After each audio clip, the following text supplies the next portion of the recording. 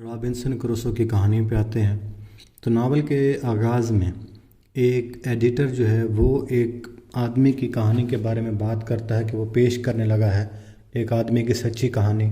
تو وہ کہانی کا آغاز اس طرح سے کرتا ہے کہ انگلینڈ کے علاقے یارک کا رہنے والا رابنسن کروسو جو ہے اس کی بچپن کی زندگی سے وہ کہانی کو شروع کرتا ہے۔ تو رابنسن شروع سے ہی بڑی بےتابی کے ساتھ بے چینی کے ساتھ سمندر کی طرف جانا چاہتا تھا، حالانکہ اس کے والدین جو ہیں وہ اس سے روکتے تھے۔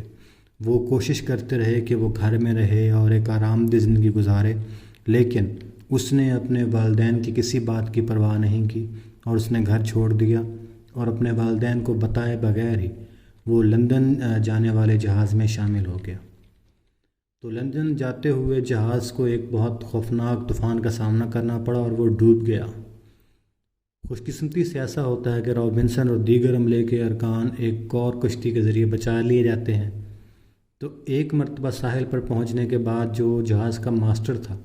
اس نے رابنسن کو گھر واپس جانے کو کہا، لیکن رابنسن کا دل نہیں مان رہا تھا۔ تو اس نے واپسی کا سفر لینے کی بجائے زمینی رستے سے ہی لندن کا سفر جو ہے وہ جاری رکھا۔ لندن پہنچ کر وہ وہاں سے افریقہ جانے والے ایک جہاز پر جو ہے وہ شامل ہو گیا، وہاں کا ایک وہ عملے کا حصہ بن گیا۔ تو رابنسن کہتا ہے کہ یہ اس کا واحد کامیاب سفر تھا۔ جب وہ تجارت کے بعد واپس لندن پہنچا، افریقہ تجارت کے بعد وہ واپس لندن پہنچا، تو اس کے جو جہاز کا کیپٹن تھا اس کی ڈیتھ ہو گئی، لیکن رابنسن جو ہے وہ ایک نئے کپتان کے ساتھ دوبارہ افریقہ کے سفر پر جانے کے لیے جہاز میں شامل ہو گیا اور اپنے جو اس کے پاس پیسے تھے جو اس نے پہلے چکر سے کمائے تھے وہ پرانے کپتان کی بیوہ کی دیکھ بھال میں چھوڑ دیے۔ رابنسن کی زندگی کا جو دوسرا سفر تھا، اس کا جو افریقہ کا یہ دوسرا سفر تھا، تو اس میں رابنسن کے جہاز کو جو پائریٹس ہیں، ٹرکش پائریٹس ہیں، وہ اس پہ اٹیک کر دیتے ہیں اور انہیں سلیو کر لیتے ہیں۔ تو 2 سال کے بعد آخر کار ایک موقع بنتا ہے کہ جب رابنسن وہاں سے نکل جاتا ہے، اور وہ بھی اس طرح کہ وہ ایک فشنگ والی کشتی میں اسماعیل نامی ایک جو پائریٹ ہے اس کے ساتھ اور یوری نامی ایک نوجوان لڑکے کے ساتھ فشنگ کے لیے نکلتا ہے۔ تو جب وہ سمندر میں نکلتے ہیں تو رابنسن اس اسماعیل کو، اس پائریٹ کو گہرے سمندر میں جانے کے لیے اکساتا ہے۔ وہ گہرے سمندر میں جاتے ہیں تو وہ وہاں پر اسماعیل کو سمندر میں پھینک دیتا ہے اور خود یوری کے ساتھ وہاں سے نکل جاتا ہے اسی کشتی پر ہی سوار ہو کر۔ تو وہ دونوں افریقہ کے ساحل سے جنوب کی طرف چلے جاتے ہیں، یہ سوچ کر کہ یہ امید رکھتے ہوئے کہ رستے میں کہیں ان کی ملاقات کسی یورپین جو شپ ہے اس کے ساتھ ہو جائے گی اور انہیں سمندر سے بچا لیا جائے گا۔ اس سفر کے دوران آخر انہیں ایک پرتگیز شپ مل جاتا ہے۔ اس کا کیپٹن جو ہے وہ رابنسن کو مفت میں ہی برازیل لے جانے کی جو ہے وہ پیشکش کرتا ہے۔ تو کیپٹن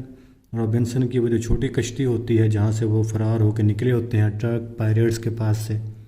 وہ بھی رابنسن سے وہ کشتی خرید لیتا ہے اور اسے بحفاظت برازیل میں لے آتا ہے۔ رابنسن یوری کو اسی کیپٹن کو بیچ دیتا ہے، جو پیسے اس کے پاس بنتے ہیں تو ان کے ذریعے وہ وہیں برازیل میں زمین خرید کر وہاں پر فارمنگ، کھیتی باڑی جو ہے وہ شروع کر لیتا ہے اور اس میں کافی کامیاب ہو جاتا ہے۔ تو کامیاب ہونے کے بعد اس کا کھیتی باڑی میں جو ہے وہ رجحان بڑھ جاتا ہے، تو وہ کچھ دوسرے لوگوں کے ساتھ مل کر چاہتا ہے کہ وہ افریقہ جائے اور وہاں سے غلام لے کر آئے، سلیوز لے کے آئے کہ جو کھیتی باڑی میں ان کے لیے مزدور کے طور پر کام کر سکیں۔ تو جب وہ افریقہ کے سفر میں ہوتا ہے تو پھر ایک سمندری طوفان آتا ہے۔ جو کیپٹن ہے جہاز کا وہ چاہتا ہے کہ چلو واپس برازیل لوٹا جائے، لیکن رابنسن اسے آگے سفر جاری رکھنے کا جو ہے وہ کہتا ہے۔ تو اس کے بعد ایک اور زیادہ بڑا طوفان آ جاتا ہے سمندر میں اور وہ جو شپ ہے ان کا وہ تباہ ہو جاتا ہے۔ تو رابنسن ایک چھوٹی کشتی پر فرار ہونے کی کوشش کرتا ہے، لیکن سمندر میں پھر وہ ایک نامعلوم جزیرے پر آ کے پھنس جاتا ہے اور وہ اس جہاز سے بچنے والا واحد انسان ہوتا ہے۔ اگلے دن جب رابنسن ہوش میں آتا ہے، اٹھتا ہے تو دیکھتا ہے کہ وہ جو جہاز تھا اس کا جو برباد ہو چکا تھا تو وہ اس جزیرے سے زیادہ دور نہیں ہے۔ تو وہ اس جزیرے سے اس جہاز پر چکر لگاتا ہے اور جو بھی اسے قیمتی یا استعمال کا سامان ملتا ہے تو وہ وہاں سے سامان لے لیتا ہے اور اسی جزیرے پر ہی اپنی رہائش جو ہے وہ رکھ لیتا ہے۔ کچھ دیر بعد سمندری طوفان دوبارہ آتا ہے، وہ جو باقی بچہ کچھ جہاز کا ہوتا ہے ملبہ، وہ بھی سارا ٹکڑے ٹکڑے ہو کے ختم ہو جاتا ہے۔ رابنسن جو ہے وہ اپنا خیمے کے ذریعے وہاں پر اس جزیرے پر رہنا شروع کر دیتا ہے۔ آہستہ آہستہ وہ دنوں کا حساب لگاتے ہوئے اپنے لیے اوزار بنانے لگ جاتا ہے، برتن بنانے لگ جاتا ہے، اپنا اسی جزیرے پر ہی وہ ایک اچھی زندگی گزارنے کی کوشش کرتا ہے، جتنی وہ خود کو سہولت دے سکتا ہے تو وہ مختلف چیزیں بناتا رہتا ہے اور اپنی زندگی آسان کرتا رہتا ہے۔ ایک دفعہ ایسا ہوتا ہے کہ رابنسن کی نظر پڑتی ہے کہ اس نے جو فالتو کھانا وغیرہ ایک سائڈ پہ استعمال شدہ چیزیں پھینکی ہوتی ہیں تو وہاں پر چاول اور جو وغیرہ جو ہیں وہ اگے ہوئے ہیں، تو وہ سمجھتا ہے کہ یہ، اسے اندازہ ہوتا ہے کہ یہ خدا کی طرف سے ایک معجزہ ہے، تو وہ پھر اس جزیرے پر کھیتی باڑی بھی، کاشتکاری بھی جو ہے وہ شروع کر دیتا ہے۔ اسی دوران جزیرے پر ایک زلزلہ بھی آتا ہے اور اس کے بعد رابنسن بہت شدید بیمار بھی پڑ جاتا ہے، تو اسے اسی بیماری میں، اسی بخار کے عالم میں اسے خواب آتا ہے جس میں وہ دیکھتا ہے کہ ایک آدمی آسمان سے اترا اور اس نے رابنسن سے کہا کہ ان سب چیزوں کو دیکھ کر بھی تمہیں توبہ کی توفیق نہیں ہوئی، اب تو تم مر جائے گا۔ تو رابنسن کو اچانک جب وہ جاگتا ہے تو یہ احساس ہوتا ہے کہ وہ کتنا غیر مذہبی ہو چکا تھا۔ اس نے خدا سے دعا کی اور بائبل کو پڑھنا شروع کر دیا کہ جس کی کچھ کاپیاں اس نے اپنے جہاز سے یہاں جزیرے پر محفوظ کر رکھی تھیں۔ رابنسن مسیحیت کی اہمیت کے ساتھ ایک نئے احساس کے ساتھ اپنی بیماری سے جو ہے وہ صحت یاب ہوتا ہے، تو وہ دوبارہ پھر جب صحت یاب ہونے کے بعد دوبارہ سے پورے جزیرے کا چکر لگاتا ہے، مختلف جو ہے پھلدار درخت ڈھونڈتا ہے، کئی جنگل کا علاقہ ڈھونڈتا ہے، تو وہ اپنی زندگی کو، اس جزیرے پر موجود اپنی زندگی کو مزید باسہولت کر دیتا ہے۔ وہ خدا کا شکر ادا کرتا ہے اور جب اس کی اس جزیرے پر آمد پر 1 سال پورا ہو جاتا ہے تو رابنسن روزہ رکھتا ہے، خدا سے دعا کرتا ہے اور مختلف جو اس نے جو چاول وغیرہ اگائے ہوتے ہیں وہ استعمال کرتا ہے۔ انگور بھی اس نے اسی جنگل میں ہی جزیرے پر اکٹھے کیے ہوتے ہیں تو انہیں وہ خشک کر کے کشمش کی صورت میں محفوظ کر لیتا ہے۔ جزیرے پر رہتے ہوئے رابنسن نے اناج کی کٹائی، روٹی بنانے کا طریقہ، یہ سارا کچھ اس نے سیکھا اور اپنی زندگی کو آرام دہ کرتا رہا۔ اب آہستہ آہستہ وہ اس جزیرے کی زندگی کا عادی ہو گیا اور اسے احساس ہونے لگا کہ یہ زندگی تو بہت اچھی ہے، اس میں کسی قسم کی کوئی معاشرتی برائی موجود نہیں ہے، کوئی ہوس، کوئی غرور، کوئی لالچ، کوئی پریشانی، کوئی اس طرح کی مسئلہ، تکلیف، مصیبت موجود نہیں ہے۔ تو وہ خدا کا شکر ادا کرتا ہے کہ اس نے اسے یہ ایک نئی زندگی دی ہے کہ جو ایک بہت اچھی زندگی ہے۔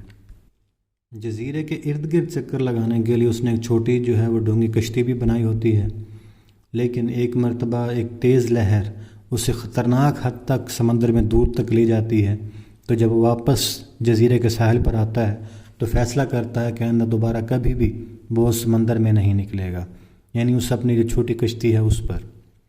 یہاں پر جنگلی بکریاں موجود تھیں تو اس کے پاس اسلحہ وغیرہ تو تھا نہیں، تو اس نے مختلف لکڑیاں، تیر وغیرہ بنا کے کچھ بکریوں کا پہلے شکار کیا اور پھر اس نے کچھ بکریوں کو زندہ پکڑ کر انہیں جو ہے وہ اپنی باڑے میں بند کر دیا اور انہیں اپنا جو ہے وہ پالتو بنا لیا۔ جزیرے پر رابنسن کی زندگی گزرتی رہی۔ پھر ایک دن وہ گھبرا گیا کہ جب اس نے اپنے جزیرے کے ساحل پر ریت میں ایک آدمی کے قدموں کا نشان دیکھے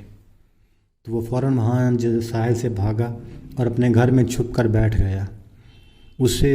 یہ پریشانی ہوئی کہ نہ جانے اب اس جزیرے پر کون آ گیا ہے۔ اسے اندازہ ہوا کہ شاید کچھ آدم خور ہوں، کینیبلز ہوں، کچھ وحشی ہوں جو یہاں پر پہنچے ہوں۔ رابنسن نے ویسے اس وقت تک کسی اور کو اس جزیرے پہ نہیں دیکھا تھا۔ اس عرصے کے دوران وہ زیادہ پھر محتاط ہو گیا، وہ بہت احتیاط کے ساتھ اپنی زندگی گزارنے لگا، زیادہ ہوشیار ہو گیا۔ پھر ایک دن اس نے ساحل پر ایک جگہ پر ایک آگ کا گڑھا دیکھا کہ جس کے ارد گرد انسانوں کی باقیات موجود تھیں اور ایک ہیومن جو فلیش ہے، ڈیڈ باڈی جو ہے وہ بھی سے وہاں پر صاف حالت میں نظر آتی ہے۔ تو پہلے تو اسے یہ سوچ آتی ہے کہ وہ کہیں پر گھات لگا کر بیٹھ جائے، اور جب یہ آدم خور وحشی آئیں تو وہ انہیں مار ڈالے۔ پھر اسے سوچ آتی ہے کہ ان وحشیوں نے اسے تو کچھ نہیں کہا ہوتا، وہ اپنی تہذیب، اپنے کلچر، اپنی ثقافت کے مطابق زندگی گزار رہے ہیں، تو رابنسن کو کوئی حق حاصل نہیں ہے کہ وہ ان آدم خور وحشیوں کو مارے۔ تو یہی سوچ کر وہ انہیں کچھ نہیں کہتا اور واپس اپنے گھر کی طرف لوٹ آتا ہے۔ اس جزیرے پر اسی طرح زندگی گزارتے گزارتے رابنسن کو 23 سال گزر جاتے ہیں۔ اس کے بعد پھر ایک بہت زبردست طوفان آتا ہے، اور اسی طوفان میں جو ہے رابنسن کو دور سے کہیں جہازوں سے گولیاں چلتی ہوئی سنائی دیتی ہیں، اور اگلے دن اس نے ایک جہاز کو کچھ پتھروں پر تباہ حالت میں دیکھا جو کہ ساحل سے زیادہ دور نہیں تھا۔ رابنسن کی امید ہوتی ہے کہ ایک یا دو ملاح جو ہیں وہ محفوظ طریقے سے اس کے جزیرے پر پہنچ گئے ہوں گے، لیکن کوئی بھی ایسا نہیں تھا۔ تو وہ اپنی کشتی کو باہر لے کر جہاز کے پاس جاتا ہے اور اس جہاز پر سوار ہوتا ہے، تو اسے وہاں کچھ سامان اور ساتھ ہی 2 ڈوبنے والے ملاح ملتے ہیں۔ تو یہ صورتحال دیکھ کر وہ سوچتا ہے کہ اسے بھی یہاں اس جزیرے پر، آخر وہ مر جائے گا اکیلا ہی، تو اسے یہاں سے نکلنا چاہیے۔ اسی رات اس نے خواب دیکھا۔ خواب میں اس نے دیکھا کہ وہ جو وحشی ہیں ان کا کوئی قیدی ہے کہ جو بھاگ کر اس کے پاس پہنچا ہے اور اس کا ایک خادم بن گیا، سلیو بن گیا ہے۔ تو جاگنے کے بعد رابنسن کافی جوش میں آ گیا، اسے لگا کہ ہو سکتا ہے کہ یہ ایک مستقبل کا اشارہ ہو۔ خیر، اس کے تقریباً 1.5 سال بعد رابنسن نے جو ہے ان کینیبلز کا، ان آدم خور وحشیوں کا ایک کافی بڑا اجتماع دیکھا کہ جن میں سے ایک پھر قیدی جو ہے وہ فرار ہو کر رابنسن کے گھر کی طرف بھاگا۔ تو جو وحشی اس کے پیچھے پڑے ہوئے تھے اس کو پکڑنا چاہ رہے تھے، تو رابنسن نے ان وحشیوں کو مار ڈالا اور اس قیدی کو بچا لیا۔ تو وہ قیدی رابنسن کا اتنا شکر گزار ہو گیا کہ اس نے یہ وعدہ کیا کہ وہ ساری عمر رابنسن کی خدمت کرے گا۔ تو رابنسن نے اس کا نام فرائیڈے رکھا اور اسے انگریزی زبان سکھانا شروع کر دی، اور اسے کرسچینٹی کے بارے میں بھی سمجھانے لگ گیا۔ تو رابنسن کو فرائیڈے کے ذریعے معلوم ہوا کہ جو فرائیڈے کی آبائی سرزمین ہے اس پر اس جزیرے کے ذریعے، کشتی کے ذریعے بھی پہنچا جا سکتا ہے، اور اس سے آگے ایک ایسی جگہ بھی تھی کہ جہاں پر اسپینش جو سویلائزیشن ہے، لوگ ہیں، وہ وہاں پر آباد تھے۔ تو فرائیڈے نے رابنسن کو بتایا کہ یورپینز کی ایک کشتی جو ہے وہ اس کی سرزمین تک پہنچی ہے، اور ان میں سے کچھ لوگ جو ہیں وہ ابھی بھی اس کے ساتھ، ان لوگوں کے ساتھ وہاں پر رہ رہے ہیں۔ تو رابنسن کو اندازہ ہوا کہ یہ وہی لوگ ہوں گے کہ جن کا جہاز اس جزیرے پر، اس کے گھر کے پاس تباہ ہو گیا تھا۔ رابنسن نے پھر مشورہ دیا کہ فرائیڈے اور وہ مل کر ایک ایسی کشتی بنائیں کہ جس کے ذریعے فرائیڈے پھر اپنے گھر واپس جا سکے، لیکن فرائیڈے نے رابنسن کے بغیر اپنے گھر واپس جانے سے انکار کر دیا۔ آخر کار رابنسن اس بات پہ راضی ہو جاتا ہے کہ وہ بھی فرائیڈے کے ساتھ ہی اس جزیرے سے نکل کر فرائیڈے کے علاقے کی طرف جائے گا، لیکن یہ منصوبہ اس وقت، کشتی بنانے کا منصوبہ اس وقت تک روک دیا گیا کہ جب یہ دیکھتے ہیں، یہ دونوں دیکھتے ہیں کہ اس جزیرے پر وہ جو کینیبلز ہیں، وہ جو آدم خور وحشی ہیں، ان کا ایک اور گروپ آ گیا ہے۔ رابنسن نے دیکھا کہ ان کے پاس ایک یورپی قیدی بھی موجود ہے۔ اس نے اور فرائیڈے نے ان پر گھات لگا کر حملہ کیا، انہوں نے ان وحشیوں کو مار ڈالا اور اس قیدی، یورپین قیدی کو بچا لیا۔ تو وحشیوں کی جو ایک کشتی ہے اس میں ایک اور قیدی بھی ملتا ہے، اور جو فرائیڈے کا باپ ہوتا ہے۔ تو دوسرا قیدی کہ جو اسپینش تھا، اس نے رابنسن کو بتایا کہ کس طرح اس کا جہاز ایک طوفان میں تباہ ہو گیا تھا، اور وہ کچھ دوسرے جو شپ کریو ہے اس کے ذریعے وہ فرائیڈے کی آبائی سرزمین میں پھنسے ہوئے تھے، اور کس طرح سے پھر وہاں پر یہ جو لوگ تھے آدم خور وحشی، یہ وہاں پر پہنچے تھے اور انہوں نے قید کر کے ان کو کھانے کے لیے یہاں پر لے کے آ گئے تھے وہ۔ تو اس طرح سے یعنی کہ یہ اس کا فرائیڈے کا باپ اور وہ اسپینش جو قیدی ہے، وہ پہلا یورپین آدمی کہ جسے رابنسن اپنے یہاں جزیرے پر پھنسنے کے بعد دیکھتا ہے، تو وہ یہاں پر پہنچ جاتے ہیں۔ اس اسپینش پریزنر اور فرائیڈے کے باپ کو رابنسن اپنی کشتی پر اس علاقے کی طرف بھیجنے کی بات کرتا ہے کہ وہ جا کر وہاں سے جو باقی اسپینش ملاح جو وہاں پر پھنسے ہوئے ہیں اس علاقے میں، ان کو وہ لے کر یہاں پر آ جائیں۔ لیکن اسی وقت ہی ایک انگریز جہاز اس جزیرے پر آ جاتا ہے اور اس کے کچھ ملاح 3 قیدیوں کے ساتھ اس جزیرے کے ساحل پر اتر جاتے ہیں۔ تو رابنسن ان قیدیوں کو بچا لیتا ہے کہ جن میں سے ایک انگریز جہاز کا کیپٹن ہوتا ہے۔ تو کیپٹن نے، اس انگریز جہاز کے کیپٹن نے رابنسن کو بتایا کہ وہ بغاوت کا شکار ہوا ہے اور بغاوت کرنے والوں نے اسے مرنے کے لیے اس جزیرے پر چھوڑنے کا منصوبہ بنایا ہے۔ رابنسن، کیپٹن اور دیگر بچائے گئے قیدیوں نے بغاوت کرنے والے میں سے 2 لوگوں کو مار ڈالا اور باقی جو کریو ہے ان کو دوبارہ سے اپنے جو پچھلا اور اصل کیپٹن تھا اس کا ساتھ دینے کا جو ہے وہ وعدہ لیتے ہیں ان سے۔ تو یوں وہ جو انگلش کیپٹن تھا شپ کا، اس کو اپنا شپ جو ہے واپس مل جاتا ہے ود ہز جو آنیسٹ کریو ہے اس کے ساتھ۔ تو آخر کار تقریباً 35 سال کے عرصے کے بعد رابنسن اسی انگلش کیپٹن کے ساتھ اس انگلش شپ پر انگلینڈ کی طرف واپس آ جاتا ہے، تقریباً 35 سال بعد، جبکہ فرائیڈے بھی رابنسن کے ساتھ ہی ہوتا ہے۔ انگلینڈ واپس آنے کے بعد رابنسن کو بہت عجیب سا محسوس ہوتا ہے، وہ خود کو بہت اجنبی سا محسوس کرتا ہے۔ اس کے والدین کی ڈیتھ ہو چکی ہوتی ہے، اس کے خاندان کے زیادہ تر لوگوں کی ڈیتھ ہو چکی ہوتی ہے، اس کی صرف 2 بہنیں اور 2 ہی بھانجے جو ہیں وہ باقی رہ گئے ہوتے ہیں۔ تو رابنسن نے وہ جو برازیل میں اس کی کھیتی باڑی تھی اس کی خبر پتہ کرنے کے لیے لزبن وہاں کا سفر کیا۔ تو وہاں پر وہ جو بوڑھا پرتگالی کپتان تھا جس نے اسے بچایا تھا، اس نے بتایا کہ اس کی کھیتی باڑی کا کام اچھا چل رہا ہے، تو وہ اس نے اسے برازیل بھیج دیا کہ وہ جا کر اس کے مال دولت حساب کتاب کر دے۔ حالانکہ رابنسن خود جانا چاہتا تھا لیکن وہ نہیں جاتا، اس کے بجائے اس نے اس پرتگیز کیپٹن کو برازیل بھیج دیا تھا کہ وہ جا کے رابنسن کے پیسوں کا حساب کتاب کر کے لے آئے۔ تو رابنسن کو پیسے، چینی، سونا اور ٹبیکو وغیرہ اس کی بہت بڑی مقدار موجود جو ہے وہ وہاں پر ملتی ہے، تو وہ بہت دولت مند بن جاتا ہے۔ رابنسن اس خوش قسمتی پر خوش بھی ہوتا ہے، لیکن اس کے ساتھ اس نے یہ بھی محسوس کیا کہ جب وہ اپنے جزیرے پر تھا تو وہ وہاں زیادہ خوش تھا، وہاں زیادہ وہ پرسکون تھا۔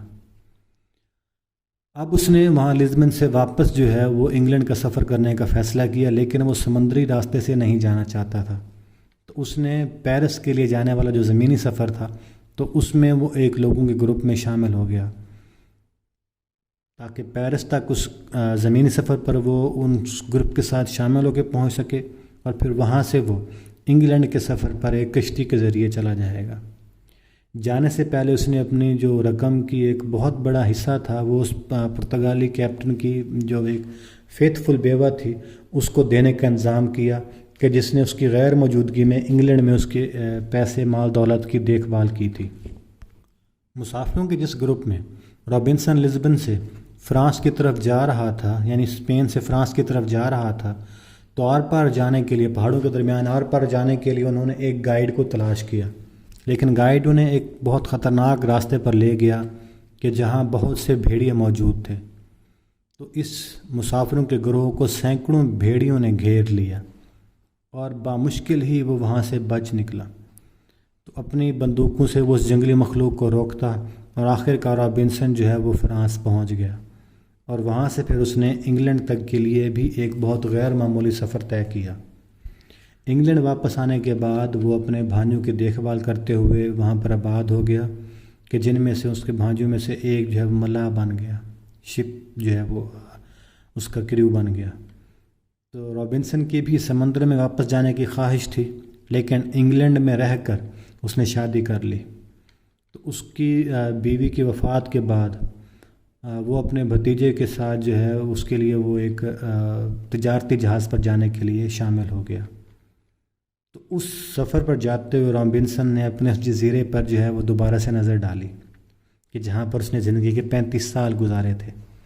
اب اس جزیرے پر ان اسپینش جو لوگ وہاں پر رہ گئے تھے انہوں نے ایک کالونی بنائی ہوئی تھی،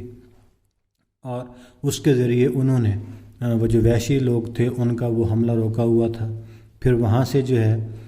یہ رابنسن برازیل چلا جاتا ہے، اور وہ اپنے ریڈرز کو بتاتا ہے